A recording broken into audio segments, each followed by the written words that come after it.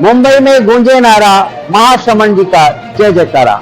श्री महाश्रमण जी 52,000 kilometre की यात्रा करते हुए मुंबई में चातुर्मास हेतु पहुंचे हैं। गुरुदेव का आगमन मुंबई वासियों के लिए वाकई परम सौभाग्य की बात है।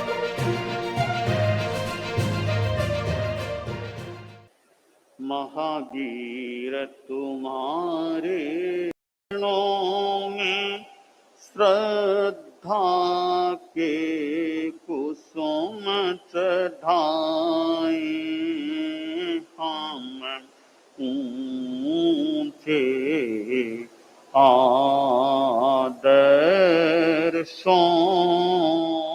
को अपना जीवन की ज्योति जगाए,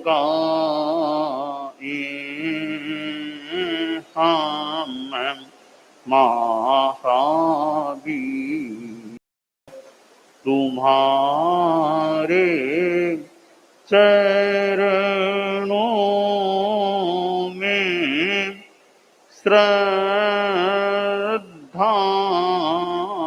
के कुसुम चढ़ाए,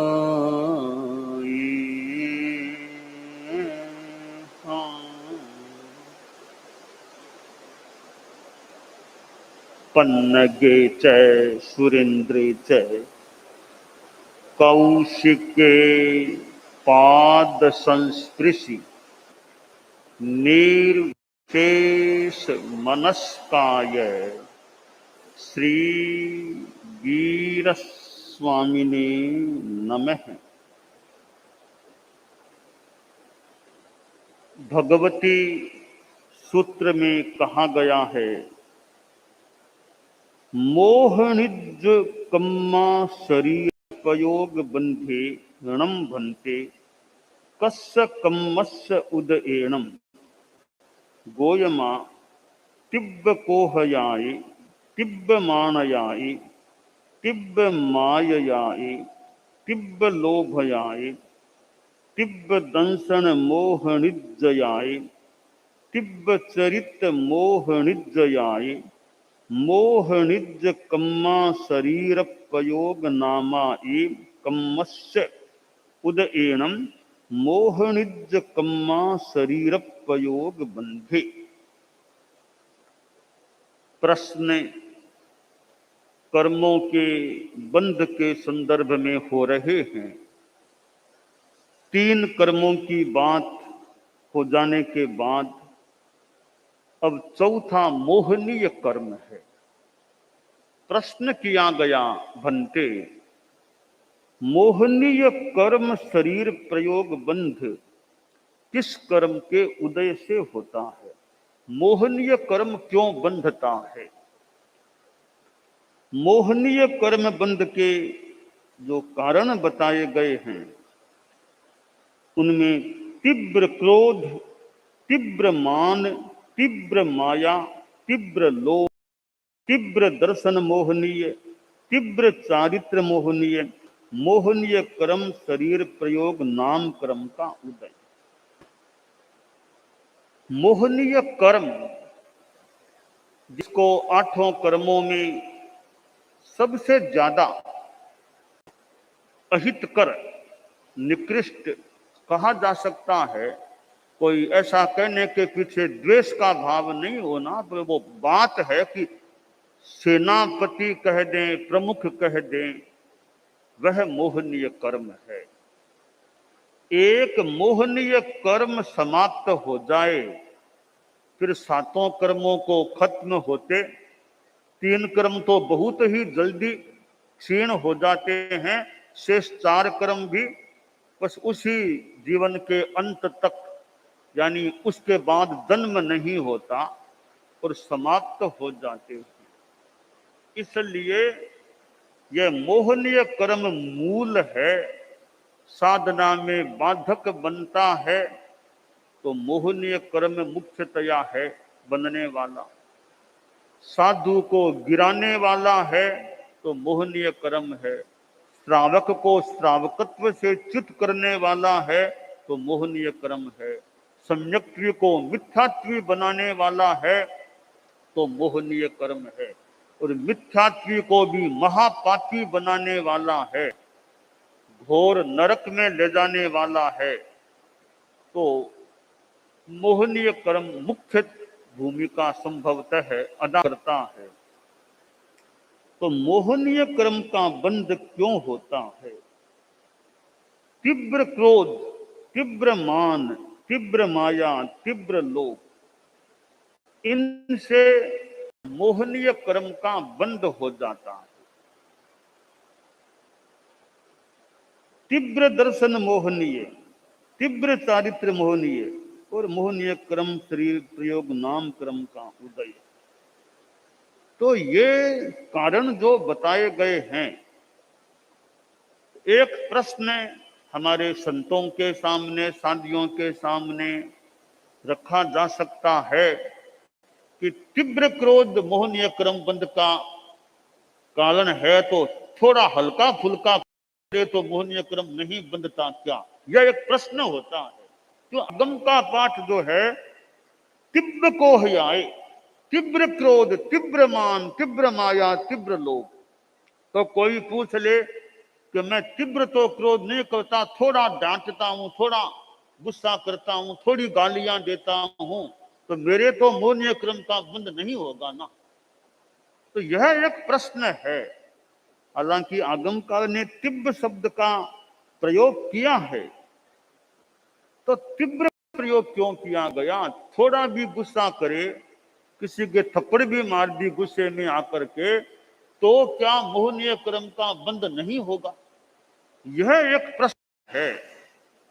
तो अब आगम का पाठ है और तीव्र शब्द यहां तीव्र दिया गया भी है, तो आगमकार ने कहा है, तो उसके पीछे क्या बात हो सकती है, यह एक प्रश्न है। तो हमारे संत लोग, सतियां भी है, समणियां भी है, और हमारे कई तत्वज्ञ और श्रावक और भी, कि तीव्र क्रोध जो बताया है, ऐसा क्यों? थोड़ा गुस्सा करे, थोड़ा अहंकार करे, तो क्या मोहनीय कर्म का बंध नहीं होगा? अगर होता है तो यहां तीव्र शब्द का यह बात, तीव्र की बात क्यों कही गई है? कोई न कोई कारण तो होना चाहिए। और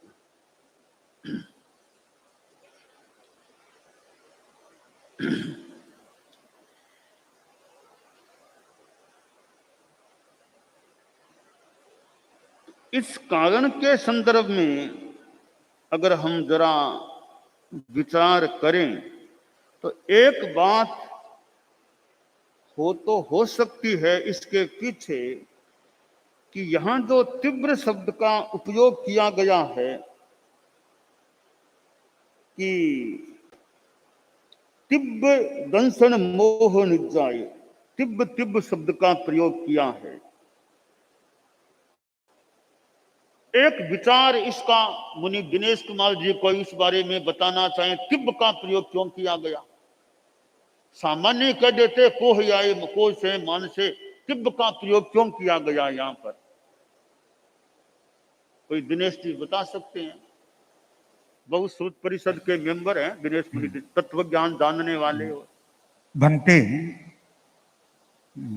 वैसे तो हमारा अंतिम यही सहारा है, अंतिम शरण तो गुरुदेव ही है, पर एक ऐसे ही अभी गुरुदेव ने कृपा कराई, यदि हो तो ऐसा जो स्थूल कषाय है, प्रवृत्ति जन्य कषाय है, उससे तो मोह कर्म का बंधन होगा ही होगा।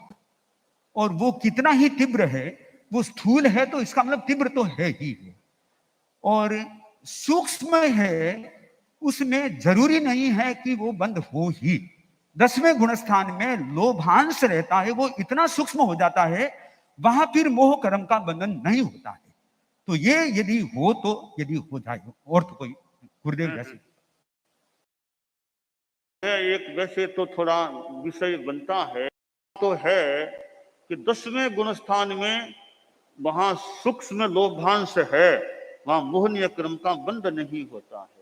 इसी प्रकार कोई अति सूक्ष्म क्रोध, अति सूक्ष्म माया, इनसे भी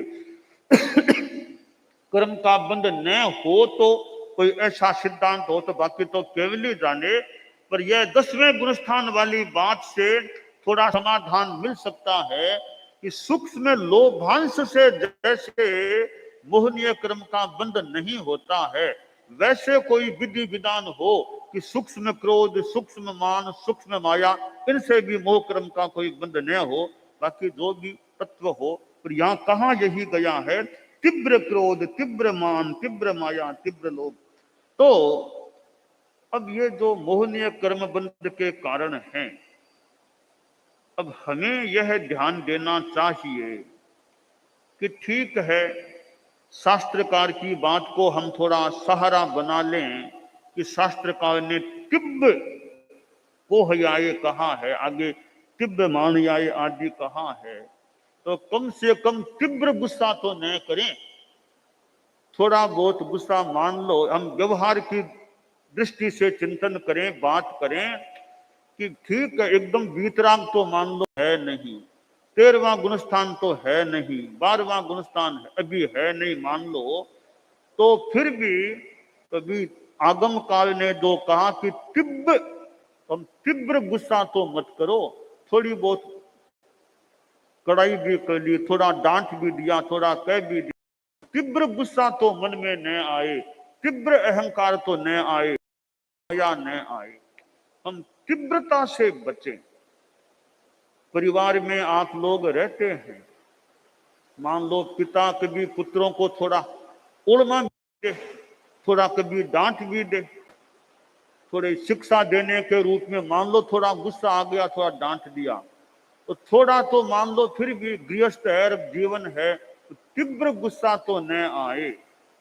एकदम लाल पीला होकर के गालियां शुरू हो जाए, लड़ाई झगड़ा शुरू हो जाए, कलह हो जाए, बोलारा हो जाए, तू मैं बेटा बाप को तू बोलना कर दे, इतना गुस्सा तो नहीं आए। तो हमें भगवती सूत्र के इस सूत्र से, जो 8वें शतक का 424वां सूत्र है, यह प्रेरणा लें कि बढ़िया तो है थोड़ा भी गुस्सा न आए। तो इतनी तो मान लो अभी स्थिति नहीं है कि व्यवहार में जीते हैं, कुछ गुस्सा आ भी जाए तो इतना ध्यान रखें कम से कम कि तीव्र आवेश न करें, तीव्र गुस्सा न करें। वह एक पंक्ति आती है, क्रोध माहे हल फलियो, जाने भाड़मा शू चणो उछलियो। संभवतः आचार्य भिक्षु के साहित्य में कहीं यह हो सकता है, यह पद्यांश, क्रोध माहे हल फलियो, जाने भाड़मा शू चणो उछलियो। हम काल्पनिक उदाहरण भी ले सकते हैं, कुछ वास्तविक भी हो सकता है। एक दुकानदार बैठा था, दुकान में बैठा था और कोई यूं बैलगाड़ी कोई यूं इधर से आ रही थी, तो वो बैलगाड़ी कोई दुकान के सामने उस बैलगाड़ी वाले आदमी खड़ी कर दी। तो दुकानदार बोला भी यहाँ से हटाओ, यहाँ मेरे ग्राहक आते हैं, लोग आते हैं, तो यहाँ से गाड़ी को हटाओ।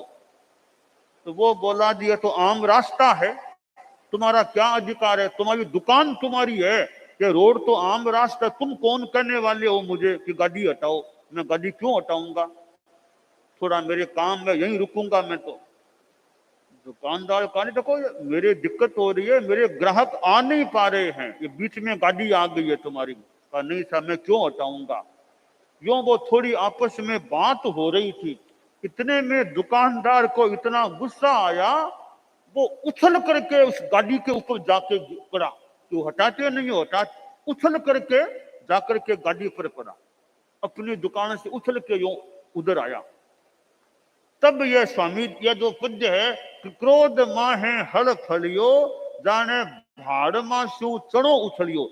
चना भाड़ में से निकल के उछलता है, यूं आदमी मानो गुस्से में आकर के उछल के कहीं चला पड़ जाता है, चला जाता है। तो वो दुकानदार उछल करके उस बैलगाड़ी पर आ गिरा। तो इतना तेज गुस्सा हमें नहीं आना चाहिए।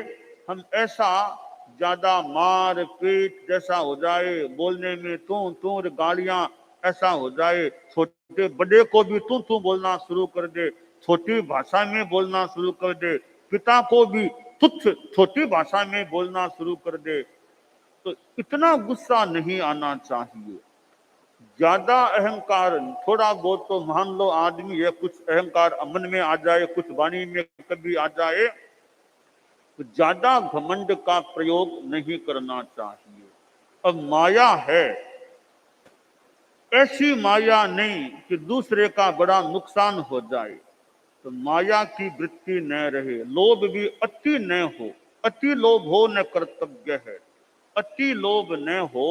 तो हमें भगवती सूत्र में ये जो मोहनीय कर्म प्रयोग बंद के कारण बताए हैं, उसमें तिब्ब शब्द है। ये तो आगम काल ने तो जिस किसी परिप्रेक्ष्य में कहा होगा, हम यह शिक्षा ले सकते हैं कि आगम की वाणी है तिब्ब को हयाए। तो तीव्र गुस्सा हमें नहीं करना चाहिए, तीव्र अहंकार, तीव्र माया, तीव्र लोभ, ये तीव्र नहीं करने चाहिए। तो मंद गुस्सा भी तीव्र तीव्रतर भी हो जाए, तीव्रतम भी हो जाए, इधर मंद मंदतर मंदतम भी हो जाए। मैं गुस्से के जो 6 प्रकार करना चाहूंगा कि मंदतम, मंदतर और मंद, फिर तीव्र, तीव्रतर और तीव्रतम। तो 3 जो हैं, तीव्र, तीव्रतर, तीव्रतम, इनको तो छोड़ ही देना चाहिए। अब ये मंद, मंदतर, मंदतम, इनमें से कोई एक कोटि में मान लो आदमी रहे तो रहे, हालांकि छोड़ना पूर्णतया है गुस्से को कबीर। तो कम से कम तीव्र वाले 3 भांगे हैं, वो तो बिल्कुल ही दूर रहें। ये मंद वाले हैं तो मंदतर, मंदतम और भी बढ़िया, फिर मंद तक भी मान ले। सा जो आ रहा, कोई गुस्सा थोड़ा आ जाता है तो मंद है तो उसको मंदतर करने का, मंदतर है तो मंदतम करने का हम प्रयास करें। तो तीव्र वाले 3 भांगे हैं, उनमें तो हमारा प्रवेश, हमारा जाना हो ही नहीं। यह हमारा प्रयास रहना चाहिए। इसी तरह अहंकार के हम 6 भांगे कर लें, माया के कर लें, लोभ के कर लें, चाहे तो 4 कर लें, मंद, तीव्र, तीव्रतर, तीव्रतम। तो विवक्षा है हमारा कषाय ये मंद हो, इधर सम्यक्त्व निर्मल रहे, विशुद्ध रहे, ऐसा प्रयास, ऐसी साधना हमारी चलती रहे, यह वांछनीय है। और अभ्यास आदमी करे, प्रयास करे, तो आदमी लाभ भी प्राप्त कर सकता है।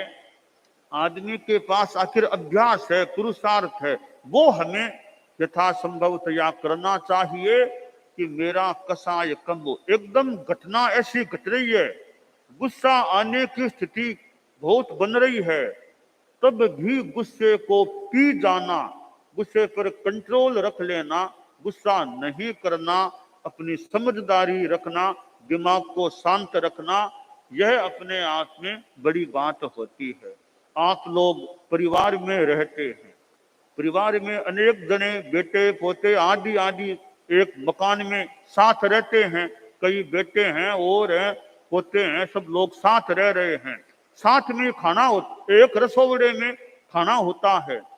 अब इतना साथ रहते हैं तो बातचीत भी होती है आपस में, कोई आर्थिक व्यापार धंधा संबंधी बात भी हो जाए और भी घर में बातें हो जाए, तो वहां वो कषाय ज्यादा है तो समस्या पैदा हो सकती है। बात बात में इतना तेज गुस्सा कोई कर ले तो दूसरों के मन आहत हो सकते हैं।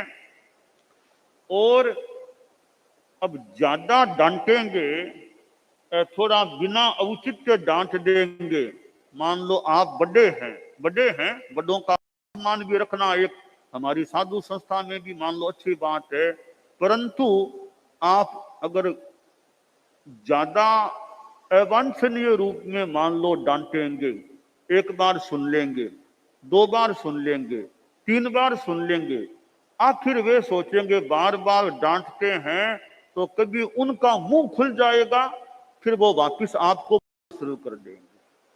तो यह स्थिति क्यों बने, वापस सुनना क्यों पड़े, तो वो डांटना भी वो अवसर देख करके होना कई बार असम्यक नहीं होता है। बिना अवसर का डांटना और बार बार डांटना होता है तो कई बार स्थिति गड़बड़ा सकती है। तो डांटने वालों को भी डांटने का द्रव्य क्षेत्र काल भाव देख करके ही प्रयोग करना चाहिए कि सामने वाला है कितना, उसकी वो क्षमता कितनी है सहन करने की। मैं भूल न करूं, आचार्य श्री महाप्रज्ञ जी सन 2003 में मुंबई पधारे थे। मुंबई मर्यादा महोत्सव भी हुआ था। मेरी भूल न हो तो एक श्रावक को गुरुदेव ने थोड़ा सा जो उलाहना सा संभवतः दिया था, थोड़ा कड़ा फरमाया था। बाद में कोई बात चली, उसको कड़ा कहा, बात हुई तो आचार्य श्री ने एक बड़ी महत्वपूर्ण बात फरमाई कि कड़ा भी पात्र को देख करके ही कहना चाहिए। कि कड़ा कहना हो तो पात्र को देख करके ही कड़ा कहना चाहिए। हर किसी को कड़ा करने में उल्टा नुकसान हो जाए। तो आदमी पात्र है, सहन करने वाला है, उसी को कड़ा उलाहना कड़ी बात कही जा सकती है। कच्चे बच्चे को कड़ी बात कह देंगे वो और ज्यादा कहीं खराब हो जाएगा, कहीं भाग जाएगा, छोड़ देगा, चला जाएगा। तो कड़ा कहना भी पात्र को ही हो सकता है। तो एक श्रावक को उन्होंने संभवतः थोड़ा फरमाया था, फिर फरमाया कि कड़ा भी आदमी को देखकर ही कहा जा सकता है। तो यह हमारे व्यवहार की बात है, आत्मा की भी बात है। हम व्यवहार में गुस्सा कितना कंट्रोल में रखें। यूं तो गुस्सा छोड़ना बढ़िया ही है, मान लो कुछ व्यवहार में कहना भी पड़े, परिवार की आप मुखिया हैं तो कभी कहना भी मान लो आवश्यक होता है, भी नहीं कहेंगे तो फिर वो परिवार में कहीं गलती न हो जाए। तो कहना हो तो वो तरीके से भी के बार बार नहीं डांटना चाहिए, मौके मौके पर कह दिया जाए, कभी एकांत में कह दिया जाए, कभी कईयों के बीच में जैसा मौका हो। तो वो बार बार डांटने से, थोड़ा अनुपयुक्त रूप में डांटने से परिवार में थोड़ा विघटन होने की स्थिति भी बन सकती है। तो हम सभी को अपने गुस्से आदि को वो तीव्र न हो, यह ध्यान रखने का प्रयास करना चाहिए।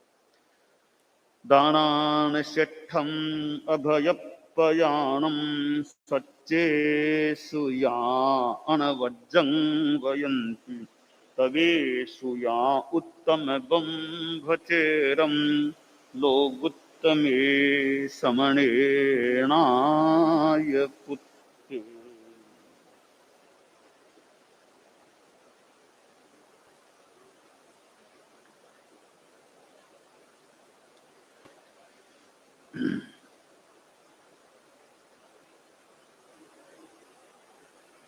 परम पूज्य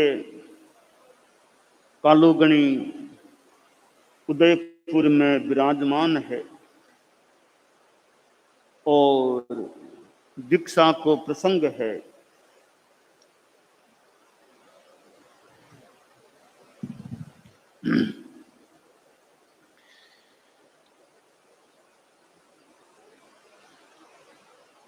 दीक्षा के संदर्भ में महाराणा जी खने तेरा पंथ का श्रावक चोपड़ा जी भी गया, बातचीत होगी। और सुखदेव सहाय जी का दीवान जी हाँ बांसु भी मिल लिया। और महाराणा साहब खने अब दीक्षा की बात आगी तो महाराणा साहब एक बात कालूगणी ने थोड़ो गुप्त रूप में मुरड़िया जी, हीरालाल जी मुरड़िया के मार्फत यहाँ पहुंचा रहा है।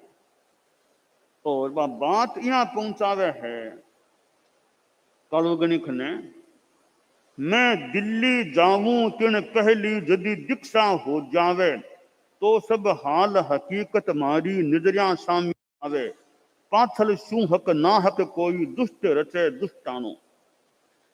तो कालुगणिक ने बात आ पहुंचाई कि गुरुदेव आचार्य श्री जी, आपकी दीक्षा की बात है, कोई में दिक्कत की बात नहीं है।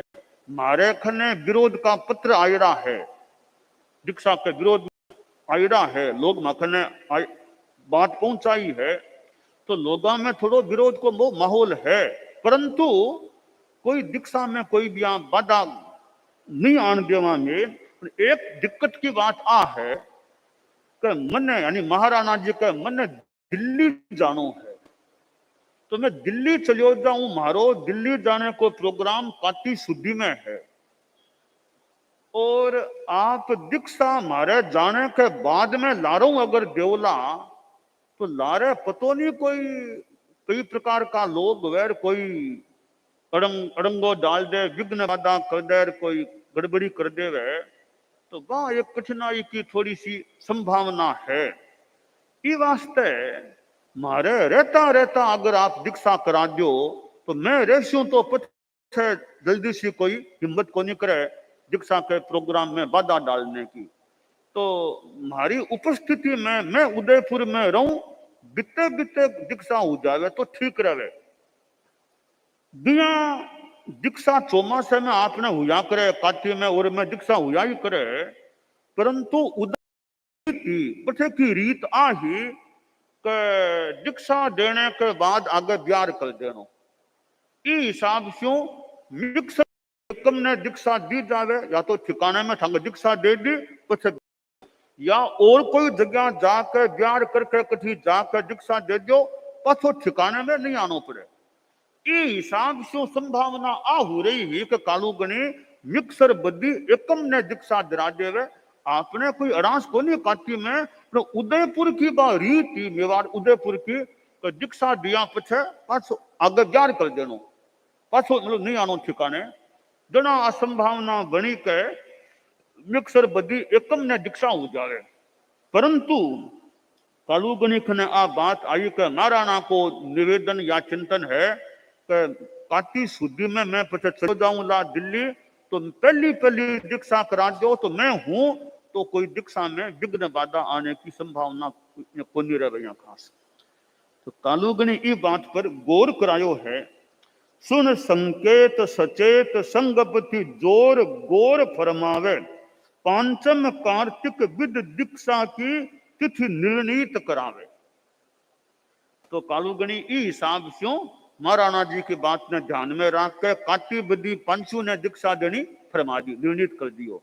भले वो उदयपुर की रीत के अनुकूल नहीं भी हुए, तो आपने तो कोई रास है को नहीं, आपने विधान में तो ना हुए को नहीं, दीक्षा का काटी बदी पंचू में देने को तय हो गया।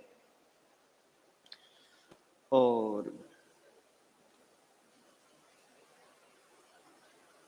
इन रेजिडेंट साहिब हाँ चंपालाल जी बैठ मिला बा सारी बात आप काल बताई, बेबिया बखान में टेम आया, कुर्सी पर बैठ गया, ये बड़ा बड़ा लोग कई आपने अनुकूल हो गया दिया, तेरा अनुकूल सा। और अब बदी पांचों को दिन आ गयो, सूरज उग गयो, काटी बदी पांचों को। विदे पांच में प्रात है समय, उदय सुख समवसर्या शासन पति, सूर्य कोर जागृत जनता उमड़ी, जानक जल कल्लोल, दीक्षा मंडप में चलो, मुख मुख एक ही बोल, महाराणा का भेद में जनता जमी सुयाम, आर्य प्रवर शोभित करे, उच्चासन अभिराम। पुलिस स्वयं सेवक सहक सहक खड़ा जवा हेतु अब दीक्षा संस्कार को दृश्य भवाम बुद्धि से। दीक्षा पंचायती नोरे में तो इतनी जगह संभवतः ही कोई बड़ी जगह चाहिए 15 दीक्षा में होने वाली है। तो महाराणा महाविद्यालय कॉलेज में दीक्षा को प्रोग्राम रखो गयो। तो आजकल भी आप बड़ा प्रोग्राम कई बार दूसरी जगह जाकर मर्यादा महोत्सव कई बार दूसरी जगह जाकर करानिया। तो कालूगनी वो दीक्षा को प्रोग्राम बारे यानी स्कूल वो कॉलेज महाराणा कॉलेज में वो रखो गयो। अब बठे पधारे सूर्य पोल के द्वार पर यहाँ महाराणा कॉलेज में जनता बठे पहली सुइया जमन लागी। आज दीक्षा दीक्षा लोग जगह पहली रोक लिया जगह आगे जगह लोग जमन लाग गया बठे यहाँ। अठीने व्यवस्था के मायने पुलिस स्वयं सेवक और वे आपके व्यवस्था में खड़ा है। लगे कालूगणी के जमाने में भी पुलिस और व्यवस्था में यहाँ पुलिस भी व्यवस्था और में योगदान देने वाला। अब दीक्षा को प्रोग्राम होना है तो महाराणा महाविद्यालय भूत है अद्भुत आभा आज खिली गंगा जमुना सुर सरी मिली। महाराणा महाविद्यालय में अद्भुत आभा आज खिली है। अद्भुत आभा आज खिली है। अद्भुत आभा आज खिली गंगा जमुना सुर सरी मिली। महाराणा महाविद्यालय में अद्भुत आभा आज खिली। मंडप मंजुलता गढ़ीरे गरी गरी तंबुवारी छाय छाजे। गरी गरी तंबुवारी छाय छाजे। फरर फरर फरिया लहरावे। फरर फरर फरिया लहरावे। लहरावे जुति दरवाजे। लिखिताक्षर पंक्ति शुभ साजे। लिखिताक्षर पंक्ति शुभ साजे। महाराणा महाविद्यालय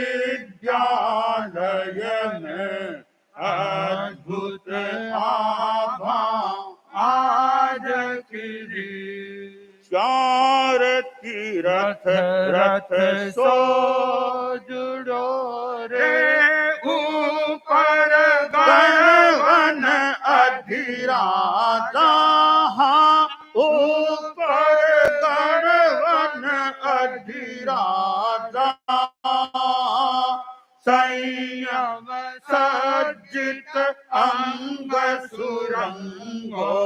तेज तपन सो है ताजा। दसों दिश में बाजे जस बाजा। दसों दिश में बाजे जस बाजा। महाराणा महाविद्यालय में अद्भुत आभा आज खिली। यो जुलूस आयो अबेरे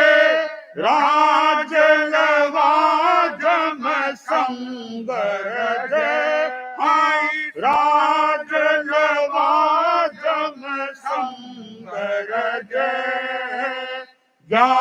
रसिया हसिया हसिया हय आगे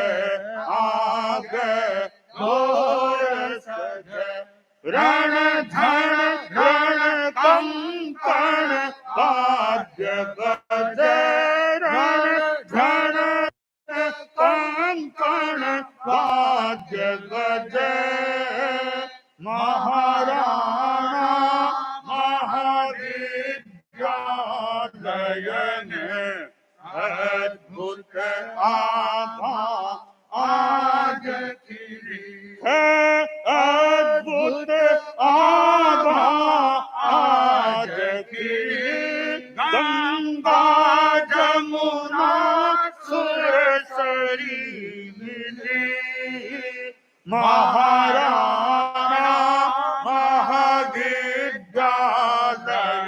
में अद्भुत आभा आज खिली।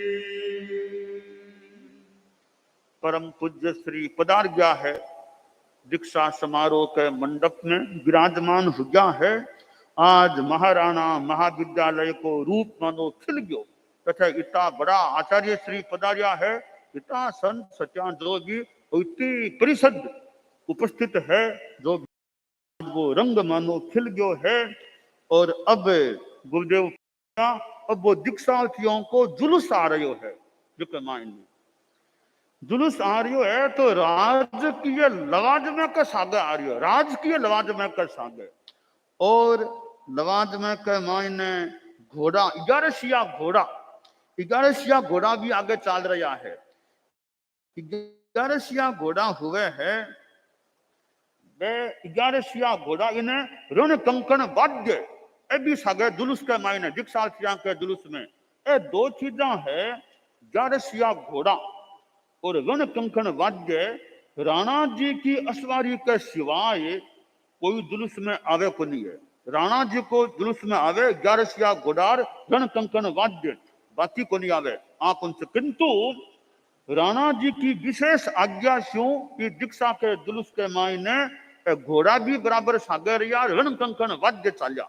वो एक मानो विशेष हो कि अपने 13 पंथ की दीक्षा में राजकीय लवाजमो, हालांकि लौकिक चीजा है, सांसारिक बातें है, घोड़ा हो चाहे की हो, मूल तो आत्मा रो कल्याण त्याग शू है, पर वो यानी एक जिको महाराणा के स्व ओकठी हुए कोनी सामान्यतया 11 घोड़ा को आनो रण कंकण वाद्य की भी अनुमति दे दी गई। आ खास बात है कि मैं कालुगणी को प्रभाव मान लिया, जो भी हुए या श्रावकारों की वो अनुमति मिल गई। वो राज लवाजमा के सागे वो जुलूस यहाँ अब दीक्षा के मंडप में पहुंचे है। अब जुलूस तो पहुंचे है, अठीने अब दीक्षा के प्रोग्राम के मायने आयुजीपी आ रहा है।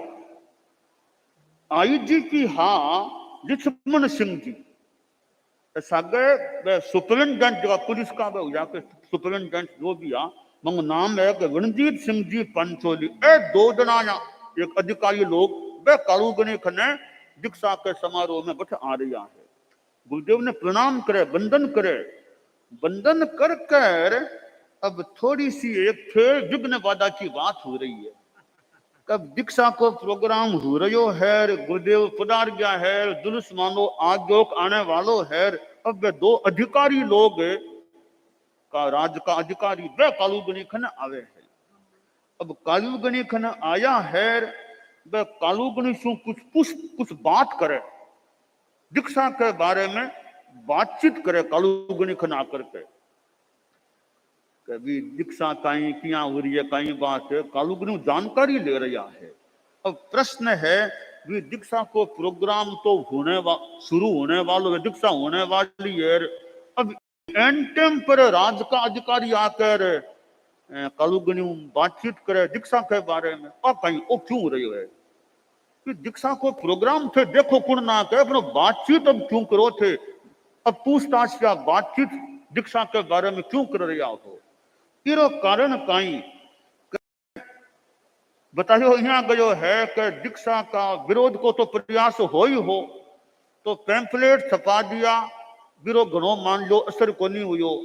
महाराणा खने बात पुगा दी कि दीक्षा रोकनी चाहिए, बाबी दाल गणी कोनी बटे महाराणा जी की बात ने महत्व को दियो, मैं तो कह दियो भी दीक्षा आप करो, मैं रज हूं भी तक कराओ तो विघ्न बाधा नहीं हो सके। तो महाराणा ने दीक्षा के विरोध में तैयार करने की बात में सफलता मिली को नहीं। अब एक अंतिम प्रयास और करियो जा रही है। विरोधी का चाहे सज्जन का की कहा, अपना अपना विचार है, कुछ भी कर दो। जिका एक प्रतिपक्ष में हा मानो दीक्षा की बात में, अब लागे वह आपको एक अंतिम और प्रयास अब कर रही है कि क्या दीक्षा रोकी जा सके, क्या कुछ बाधा डाली जा सके। तो ठीक है, अपना कमाया का भी एक बार और प्रयास करो, एक बार और करो, तो वह भी आपका ढंग से अपने काम में एक बार और कोई प्रयास करा, जिया तिया सफलता मिल जावे। तो अब अन्य जिका अपना विरोधी कर जा बदले, विरोधी लोग अब काई अंतिम प्रयास करे दीक्षा में रोकने या बाधा डालने को, वो अंतिम प्रयास भी किया असफल हो जावे है, किया दीक्षा हो जावे है, वो वर्णन यथासंभव आगे आ सकते।